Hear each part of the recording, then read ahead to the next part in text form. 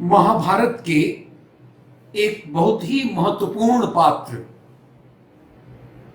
मैं कर्ण की चर्चा कर रहा हूं।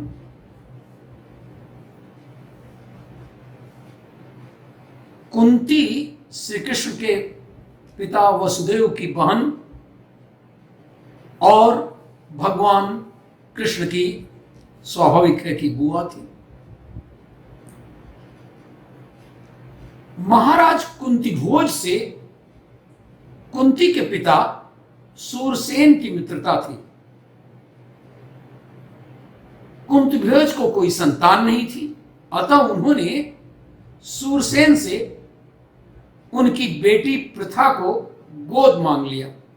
इस प्रकार कुंती भोज के यहां रहने के कारण, जिसका नाम पहले प्रथा था, अब कुंती भोज की बेटी के कारण उसका उनके पिता के नाम के कारण कुंती पड़ा।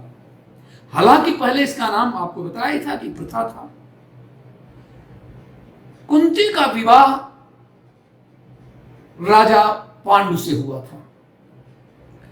राजा कुंती भोज की पुत्री कुंती अपने महल में आए महात्माओं की सेवा करती थी। एक बार वहां ऋषि दुर्वासा पधारे। आप जानते हैं, उसके लिए विशेष रूप से कुंती भोज ने कुंती को ही इस सेवा के लिए रखा, ताकि कहीं दुर्वासा जी नाराज न हो जाएं, क्योंकि बहुत जल्दी नाराज हो जाते थे और शापित कर देते थे। लेकिन यहां पर कुंती की सेवा से प्रसन्न होकर दुर्वासा ने कहा, पुत्री, मैं तुम्हारी सेवा से अत्यंत प्रसन्न हूं, अतः तुझे एक ऐसा मंत्र बिना कहे, बिना निवेदन के, दुर्वासा जी ने कहा कि एक ऐसा मंत्र देता हूं जिसके प्रयोग से तू जिस भी देवता का स्मरण करेगी वो तत्काल तेरे समक्ष प्रकट हो जाएंगे और तू जो कुछ भी मनोकामना रखेगी उसे वो पूर्ण करेंगे। और इस तरह कुंती को वह मंत्र मिल गया। एक बार जब कुंती ने मंत्र की जांच करनी चाहिए, उस समय कुंती कुमारी थी, तो कुंती के मन में आया कि क्यों नहीं इस मंत्र की जांच कर लिया जाए कि ये जो मंत्र है झूठा है या सच है। ऐसा ही तो यूं ही तो नहीं दुर्वासा जी ने इस मंत्र को दे दिया। और तब उन्होंने एकांत में बैठकर उस मंत्र का जाप करते हुए और छत पर थी सूर्यदेव का स्मरण किया। उसी क्षण सूर्यदेव प्रकट हो गए। कुंती हैरान परेशान, क्या करें। सूर्यदेव ने कहा, देवी मुझे बताओ, तुम मुझसे किस वस्तु की अभिलाषा कर रही हो, मैं तुम्हारी वो अभिलाषा अवश्य पूर्ण करूंगा। कुंती ने कहा, हे देव, हे सूर्य देवता, मुझे आपसे किसी भी प्रकार की अभिलाषा नहीं है। मैंने तो केवल मंत्र की सत्यता परखने के लिए ये जाप किया था। नहीं नहीं नहीं, ऐसा नहीं हो सकता। कुंती के इन वचनों को सुनकर सूर्यदेव बोले, हे कुंती, मेरा आना व्यर्थ नहीं जा सकता। मैं तुम्हें एक अत्यंत पराक्रमी तथा दानशील पुत्र देता हूं। और इतना कह करके सूर्यदेव अंतर्ध्यान हो गए। अभी देखिए कैसी विकट समस्या आई। कुंती केवल मंत्र का जांच करनी चाहिए थी, अभी वो विवाहित नहीं थी और हो गई गर्भवती।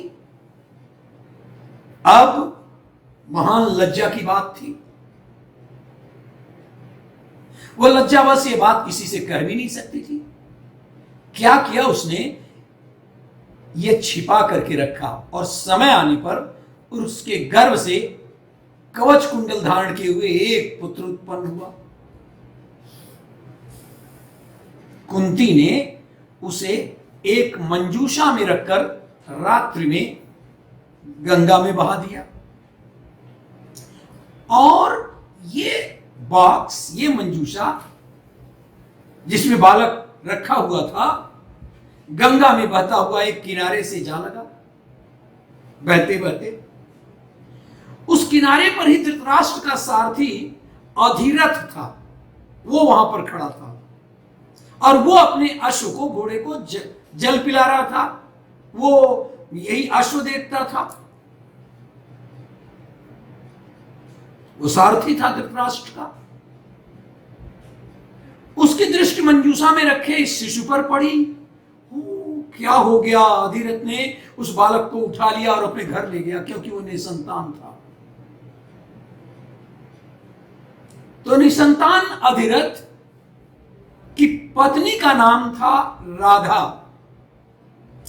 राधा भी प्रसन्न हो गई और उस बालक को अपने पुत्र के समान पालन किया। उस बालक के कान बहुत ही सुंदर थे और उसमें वह कुंडल पहने था, इसलिए उसका नाम कर्ण रख दिया गया। इस सूत दंपति ने ही कर्ण का पालन पोषण पूरा किया था, इसलिए कर्ण को सूत पुत्र भी कहा जाता था। राधा ने उसे पाला था, इसलिए उसे राधेय भी कहा जाता था। कर्ण का पालन पोषण चंपा नगरी, आज जो बिहार में भागलपुर जिला है, वहीं पर था यह अधिरथ का जगह, जो गंगा किनारे एक बड़ा व्यापारिक केंद्र था, जहां यह सूत परिवार रहता था। तो मैंने बताया कि इनके पालक थे अधिरथ और इनकी माता थी राधा देवी, और वो पिता ये भी बताया आपको कि रथ संचालन करते थे। जरा सूत का अर्थ मैं बता दूं। यहां पर मनुस्मृति से ज्ञात होता है कि सूत शब्द का प्रयोग उन संतानों के लिए होता था जो ब्राह्मण कन्या से क्षत्रिय पिता द्वारा उत्पन्न हो। ऐसी कोई बात नहीं थी, लेकिन यह सूत शब्द इतना प्रचलित हो गया कि कर्ण तो सूत पुत्र थे नहीं, वह तो सूर्यदेव के पुत्र थे और उनकी माता थी कुंती। इस सूत को कालांतर में बिगाड़कर आज जो हम कहते हैं शूद्र, ये भी कहा जाने लगा, और अंत में शूद्र कौन, इसका भी अर्थ बदला जाने लगा। खैर, ये मेरा विषय नहीं है। तो कर्ण को शस्त्र विद्या की शिक्षा द्रोणाचार्य ने दी। कर्ण द्रोणाचार्य से ब्रह्मास्त्र का प्रयोग भी सीखना चाहते थे, लेकिन द्रोण को जब कर्ण की उत्पत्ति के संबंध में मालूम हुआ तो उन्होंने कर्ण को ब्रह्मास्त्र की शिक्षा नहीं दी। इस प्रकार कर्ण ब्रह्मास्त्र की शिक्षा से वंचित हो गए, यद्यपि अन्य अस्त्र शस्त्र की शिक्षा द्रोणाचार्य ने कर्ण को दिया था। अब निराश हताश कर्ण परशुराम के शरण में गए और उनसे झूठ बोला कि मैं ब्राह्मण हूं। ब्राह्मण अर्थात ब्रह्म ज्ञान को जानने वाला, ये ब्राह्मण नहीं जो आज मैं ब्राह्मण हूं या जमाने में ब्राह्मण क्षत्रिय वैश्य। ब्राह्मण शब्द की उत्पत्ति ही हुई है ब्रह्म ज्ञान से, को जानने वाला। तो परशुराम ने उन्हें ब्राह्मण पुत्र समझकर ब्रह्मास्त्र के प्रयोग की शिक्षा दे दी। परशुराम का पूर्ण प्रण था कि मैं सिर्फ ब्राह्मणों को ही अस्त्र शस्त्र की शिक्षा दूंगा, इसलिए परशुराम ने कर्ण को अन्य कई अस्त्र शस्त्रों की शिक्षा दी और कर्ण पूर्ण रूप से अस्त्र शस्त्र विद्या में पारंगत हो गए, दीक्षित हो गए। एक दिन जंगल में कहीं जाते हुए परशुराम जी को थकान महसूस हुई। उन्होंने कर्ण से कहा कि वे थोड़ी देर सोना चाहते हैं। उन्होंने कहा, आप अपना सिर मेरी गोद में रख लीजिए। परशुराम गहरी नींद में सो गए। तभी कहीं से एक कीड़ा आया और वह कर्ण की जांघ पर, कहते हैं कीड़ा क्या, बिच्छू था, वो डंक मारने लगा। कर्ण की जांघ पर घाव हो गया, लेकिन परशुराम की नींद खुल जाने के भय से वह चुपचाप बैठा रहा। यह था गुरु के प्रति श्रद्धा। घाव से खून रिसने लगा। बहते खून ने जब परशुराम को छुआ तो उनकी नींद खुल गई। उन्होंने कर्ण से पूछा, तुमने उस कीड़े को हटाया क्यों नहीं? कर्ण ने कहा कि आपकी नींद टूटने का डर था, इसलिए। परशुराम ने कहा, किसी ब्राह्मण में इतनी सहनशीलता नहीं हो सकती, तुम जरूर कोई क्षत्रिय हो, बताओ, सच बताओ। तब कर्ण ने सच बता दिया।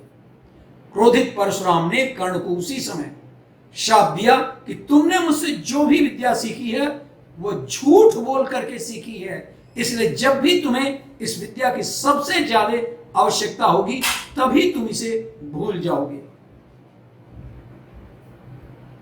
कोई भी दिव्यास्त्र का तुम उपयोग नहीं कर पाओगे। और महाभारत के युद्ध में हुआ भी है। कर्ण ने बहुत विनती किया, बहुत प्रार्थना किया, यह अनर्थ हो जाएगा गुरुवर। परशुराम ने अपने शाप को त्याग दिया और यह कहते हुए संशोधित किया कि कर्ण को केवल उस ज्ञान को खोना होगा, तुम्हें उस ज्ञान को खोना होगा जब उसे एक योद्धा से अधिक युद्ध करते समय इसकी सबसे अधिक आवश्यकता होगी। यह सांप उसे अर्जुन के खिलाफ अपनी अंतिम लड़ाई में मारना होगा। यह कर्ण ने सोच लिया, क्योंकि बहुत सारे हम योद्धाओं से जब युद्ध करेंगे तब भूलेंगे ना। कर्ण के परिश्रम को देखते हुए परशुराम ने उन्हें अपना व्यक्तिगत आकाशीय अस्त्र भार्गवास्त्र दिया, जो किसी के पास नहीं था। दुर्योधन से मिलना कर्ण का राज्याभिषेक भी हुआ, यह एक कथा अलग है। एक व्यवस्था थी कि कुरु प्रधानों के कौशल को प्रदर्शित करने के लिए उनके गुरु द्रोणाचार्य ने, जब मैं कुरु प्रधान की बात करता हूं तो केवल कौरव की बात नहीं, उसमें पांडव और कुरु दोनों थे। तो क्या क्या उस व्यवस्था में द्रोणाचार्य ने एक टूर्नामेंट की व्यवस्था की। उनका एक छात्र अर्जुन पांडव भाइयों में से अत्यंत प्रतिभाशाली और धनुर्धर था। कर्ण भी इस टूर्नामेंट में पहुंचे बिन बुलाए और अर्जुन के कर्तव्यों को प्रदर्शित करते हुए उसे एक द्वंद्व युद्ध के लिए चुनौती भी दे दी। आखिरकार कर्ण को तो बुलाया नहीं गया था। कर्ण राजवंशी नहीं थे। कृपाचार्य ने अपने वंश और राज्य के लिए सबसे पहले कर्ण को मना कर दिया। कृपाचार्य भी कुरुवंश में एक आचार्य थे। द्वंद्व के नियमों के अनुसार केवल एक राजकुमार अर्जुन को द्वंद्व युद्ध के लिए चुनौती दे सकता था, वो कर्ण नहीं हो सकता था। और अपने सूत पुत्र होने के कारण कर्ण को अर्जुन से लड़ने की अनुमति नहीं थी।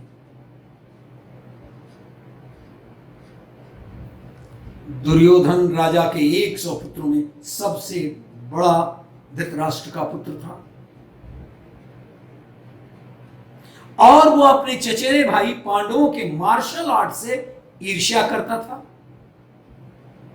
कर्ण को उनके साथ सम्मिलित होने के अवसर के रूप में देखते हुए उन्होंने कर्ण को तुरंत उसी जगह पर अंग देश का राज्य का सिंहासन अर्पित कर दिया, जिससे वो राजा बन गए और भविष्य में अर्जुन के साथ द्वंद्व से लड़ने के पात्र हो गए।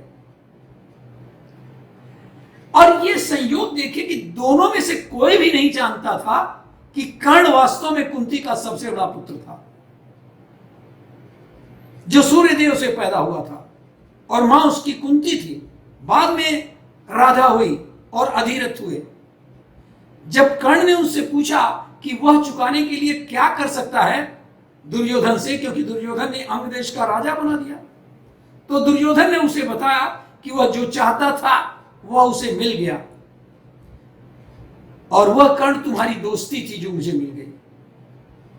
कर्ण ने बाद में सूत जात की ही स्त्री से विवाह किया था, जो उनके पालक पिता अधिरथ की इच्छा के अनुसार ही हुआ था। कई जगह पर कर्ण को अपमान सहना पड़ा। एक घटना मैं बताता हूं। द्रुपद से लड़ना गुरुदक्षिणा के अनुसार द्रोण के सभी छात्रों को बोला गया और उन्हें हराने का आदेश दिया गया था। मैं आपको बता चुका हूं, विस्तार में नहीं बताया था कि क्यों हुआ था, लेकिन द्रोणाचार्य और द्रुपद के बीच में दुश्मनी थी, शत्रुता थी, क्योंकि द्रुपद ने आचार्य द्रोण को वहां से भगा दिया था, बहुत अपमानित करके भगा दिया था। इसीलिए द्रोण ने अपने छात्रों को राजा द्रुपद से लड़ने और उन्हें हराने का आदेश दिया था। दुर्योधन ने कर्ण से उसकी मदद करने का अनुरोध किया। अतः कर्ण के साथ सभी कौरवों ने पांचाल पर हमला कर दिया। क्यों कर दिया? क्योंकि गुरुदक्षिणा के रूप में द्रोण को कुछ दक्षिणा देना था। युद्ध में कर्ण ने भारी संख्या में सैनिकों को मारकर अपना कौशल दिखलाया। कर्ण ने बहुत बड़ी सेना को हटा दिया, लेकिन द्रुपद भी कोई कम बहादुर नहीं थे, कम कुशल नहीं थे। उन्होंने चक्रव्यूह का गठन किया। कर्ण ने कौरवों का नेतृत्व किया और चक्रव्यूह में प्रवेश किया। चक्रव्यूह के अंदर कर्ण ने बहादुरी से लड़ाई भी लड़ी, लेकिन वह चक्रव्यूह को नष्ट करने में चूंकि अनजान थे, उसकी कला को नहीं जानते थे, इसलिए वह वहां पराजित हुए। और द्रुपद युद्ध तकनीक में निपुण थे, इसलिए उन्होंने 100 कौरवों और कर्ण को हराया और गिरफ्तार कर लिया। द्रुपद ने कर्ण के युद्ध कौशल के लिए कर्ण की सराहना भी की, लेकिन कर्ण पराजित तो हो गया था। और कर्ण का कौन प्रमुख प्रतिद्वंदी था? अर्जुन। अब बाद में अर्जुन तथा शेष पांडवों ने द्रुपद पर आक्रमण किया, राजा द्रुपद पर, और जो चक्रव्यूह उन्होंने रचना किया था उसे नष्ट कर दिया। अर्जुन ने अकेले द्रुपद को हरा दिया और कौरवों का तथा कर्ण को मुक्त कर दिया। पांडवों के साथ शत्रुता कर्ण और पांडवों के बीच, विशेष रूप से अर्जुन के बीच कर्ण की शत्रुता थी। महाभारत में कर्ण को खेल और कौशल प्रतियोगिताओं में अर्जुन को के मुख्य चुनौती के रूप में उल्लेख किया जाता है। मार्शल खेल स्पर्धाओं में अर्जुन और कर्ण अक्सर बराबर होते थे। आपको पता ही है कि द्रौपदी स्वयंवर में दुर्योधन, शकुनी और कर्ण की दुष्ट योजना से सफल नहीं हो सके थे ये लोग।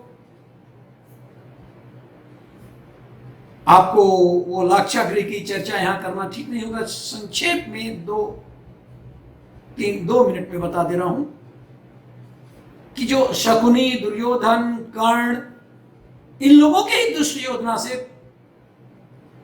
पांडव गुप्त रूप से वारणावत भेज दिए गए थे।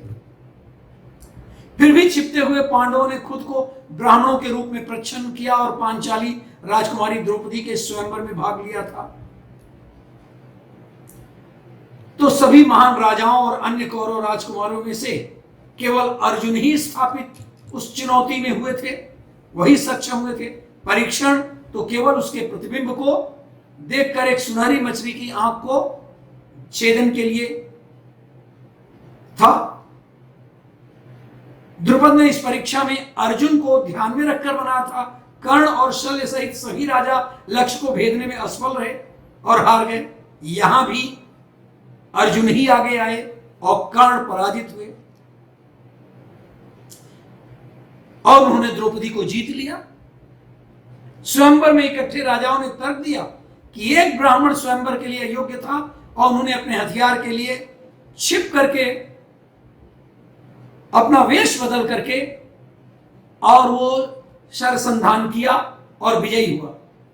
और आपको पता ही है कि अर्जुन पर हमला हुआ, अर्जुन ने सभी को हराया। बाद में कर्ण ने जलन से, ईर्ष्यावश अर्जुन पर हमला किया, लेकिन अर्जुन से कर्ण भी उसमें पराजित हो गए। और जब कर्ण ने उसकी असली पहचान के बारे में पूछा तो अर्जुन ने मुस्कुराते हुआ कहा था कि वो ब्राह्मण है, तब कर्ण ने द्रोण या भीष्म के कौशल से उनकी तुलना करके उनकी प्रशंसा भी की थी उस समय। अर्जुन ने कर्ण को मारने की धमकी भी दी, जिससे कर्ण युद्ध के मैदान से भाग गया था। कई जगह कर्ण अपमान का घूंट पिया। एक बार कर्ण का युद्ध या लड़ाई भीम से हुई। पांडवों ने राजसूय यज्ञ किया था। इसके अनुसार उन्हें या तो पराजित होना होगा या अन्य राजाओं के साथ गठबंधन करना होगा। जब भीम अंग राज्य में आए तो कर्ण ने गठबंधन करना स्वीकार नहीं किया। गठबंधन मतलब उनसे संधि करके और मान लेना था उनको राजा।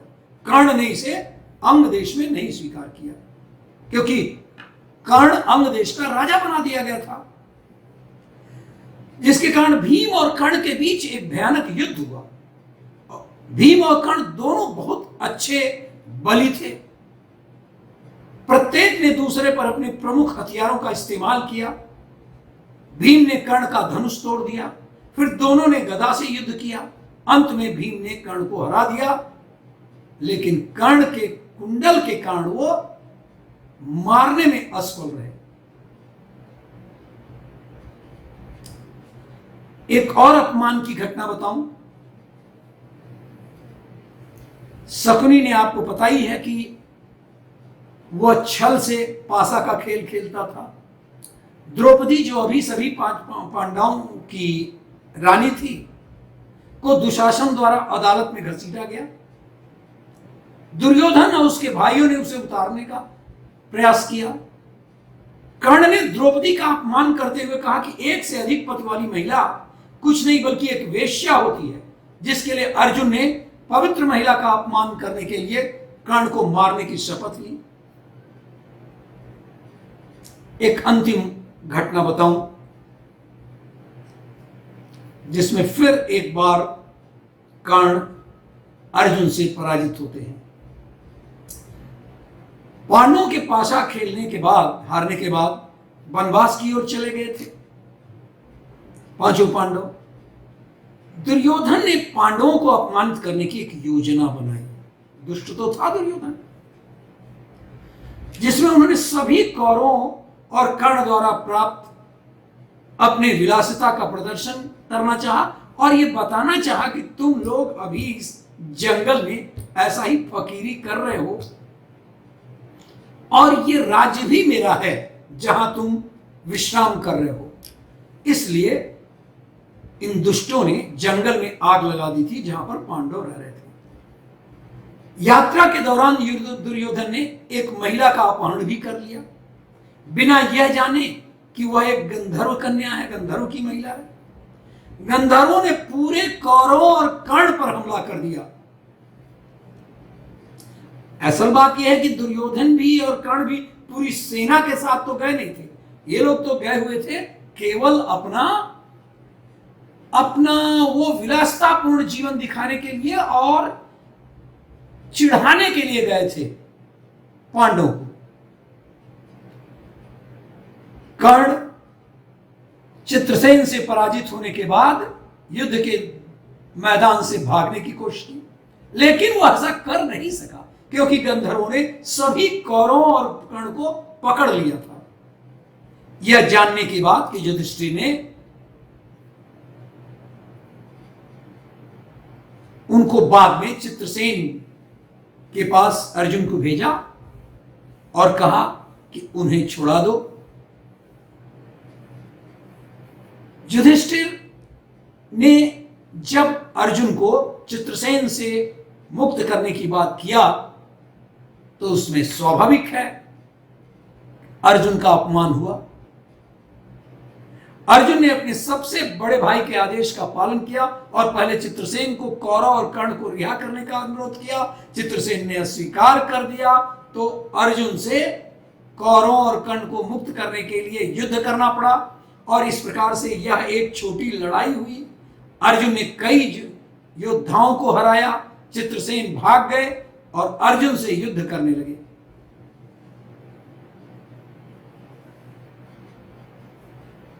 यहां क्षमा करेंगे, ये चित्रसेन अदृश्य हो गए समझिए, और उसके बाद छिप करके आए और अर्जुन से युद्ध किए। अर्जुन ने शब्द वेदी अस्त्र का उपयोग किया और चित्रसेना पर कब्जा कर लिया। चित्रसेना के साथ लड़ाई के दौरान अर्जुन ने आग्नेयास्त्र का भी उपयोग करके एक ही शॉट में, एक ही तीर में 10 लाख गंधर्वों को मार डाला, क्योंकि उन्होंने अर्जुन के अलावा किसी भी योद्धा ने कभी भी सपनों में भी इस असंभव कर्तव्य को सोचा नहीं था। अंत में अर्जुन विजयी हुआ।